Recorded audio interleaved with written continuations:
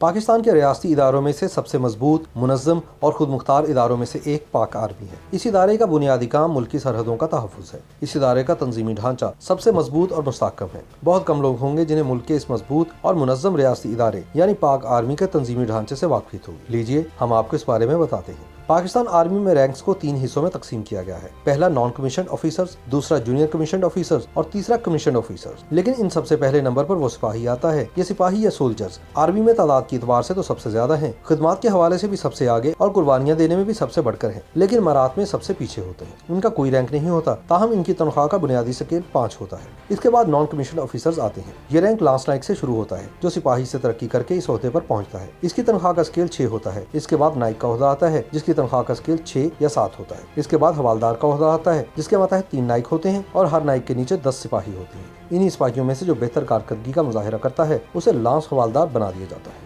حوالداروں میں سے بہتر قرار پانے والے کو کمپنی کوارٹر ماسٹر حوالدار یا بٹالین حوالدار میجر کا عہدہ دیا جاتا ہے۔ ان کی تنخواہ کا اسکیل تو حوالدار کے برابر ہی ہوتا ہے، لیکن یہ حوالدار سے اوپر ہوتے ہیں۔ ایک کمپنی میں 7 سے 8 حوالدار ہوتے ہیں۔ ان سے اوپر کمپنی حوالدار میجر اور بٹالین حوالدار میجر کا عہدہ آتا ہے۔ ان کی ذمہ داری کمپنی یا بٹالین کا ڈسپلن، ان کی حاضری اور ان کے دیگر معاملات کو دیکھنا ہوتا ہے۔ یہ سب سے زیادہ بااختیار حوالدار ہوتا ہے۔ ان سے اوپر جونیئر کمیشن آفیسر کا درجہ آتا ہے۔ یہ نائب صوبیدار سے شروع ہوتا ہے جو سینئر حوالدار میں سے آتا ہے۔ اسے نائب رسالدار بھی کہا جاتا ہے اور اس کی تنخواہ کا اسکیل 13 یا 14 ہوتا ہے۔ ان سے اوپر صوبیدار یا وارنٹ آفیسر کا عہدہ آتا ہے جس کی تنخواہ کا اسکیل 15 ہوتا ہے۔ اس سے اوپر صوبیدار میجر یا چیف وارنٹ آفیسر کا رینک آتا ہے۔ اسے یونٹ کا باب بھی کہا جاتا ہے۔ پاکستان آرمی میں یہ واحد سب سے بڑا عہدہ ہے جہاں ایک سپاہی ترقی کر کے پہنچ سکتا ہے۔ سارا یونٹ اسی کے اشارے پر چلتا ہے۔ اس کے بعد کمیشن آفیسر شروع ہوتے ہیں۔ ان میں پہلا عہدہ سیکنڈ لیفٹیننٹ کا ہوتا ہے جس کی تنخواہ کا اسکیل 17 ہوتا ہے۔ سیکنڈ لیفٹیننٹ عمومی طور پر 6 ماہ میں پروموٹ ہو کر فل لیفٹیننٹ بن جاتا ہے۔ لیفٹیننٹ کا اسکیل بھی 17 ہی ہوتا ہے۔ ایئر فورس میں اس سطح کے آفیسر کو فلائنگ آفیسر جبکہ نیوی میں اس سطح کے آفیسر کو سب لیفٹیننٹ کہتے ہیں۔ اس کے بعد کیپٹن کا عہدہ آتا ہے۔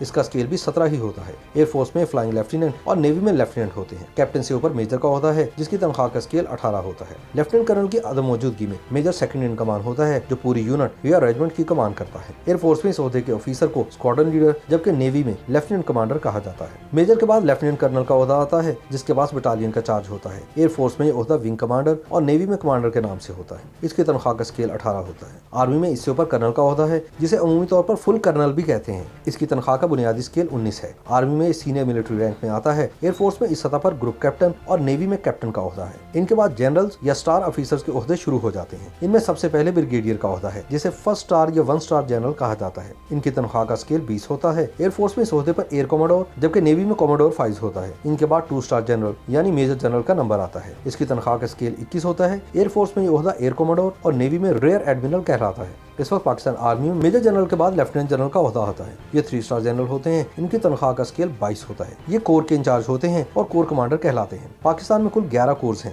لیکن پاک آرمی میں لیفٹیننٹ جنرلز کی تعداد 28 ہے کیونکہ کور کمانڈرز کے علاوہ بھی 17 دیگر عہدے ہیں جہاں پر اس سطح کے آفیسر تعینات کیے جاتے ہیں۔ ایئر فورس میں یہ عہدہ ایئر وائس مارشل جبکہ نیوی میں وائس ایڈمرل کہلاتا ہے۔ ان کے بعد فوج کا سب سے بڑا عہدہ آرمی چیف کا عہدہ ہے جو 4 سٹار جنرل کا ہوتا ہے۔ پاکستان آرمی میں 4 سٹار جنرل بھی 2 ہیں، ایک chief of the army staff general Qamar Javed Bajwa جبکہ دوسرے chairman joint chiefs of staff committee. Air force میں اس عہدے پر تعینات آفیسر ایئر چیف مارشل جبکہ نیوی میں ایڈمرل کہلاتے ہیں۔ اس سب سے بڑے عہدے سے بھی اوپر ایک اور عہدہ ہے جو 5 سٹار جنرل کا ہوتا ہے اور یہ عام طور پر فیلڈ مارشل جنرل کے لیے مختص ہوتا ہے۔ یہ عہدہ عام طور پر ایسے جنرل کو دیا جاتا ہے جو جنگ کے دوران لیڈرشپ بھی کرے یا جس نے جنگ کے دوران ایک سے زیادہ ممالک کی آرمی کی کمان کی ہو۔ پاکستان میں اس عہدے پر ماضی میں صرف ایک ہی جنرل فائز ہوا اور وہ جنرل ایوب خان ہیں جنہوں نے سن 1965 کی پاک بھارت جنگ کے بعد جنرل موسیٰ خان کو آرمی چیف کے عہدے پر فائز کر کے خود فیلڈ مارشل کا عہدہ لے لیا تھا۔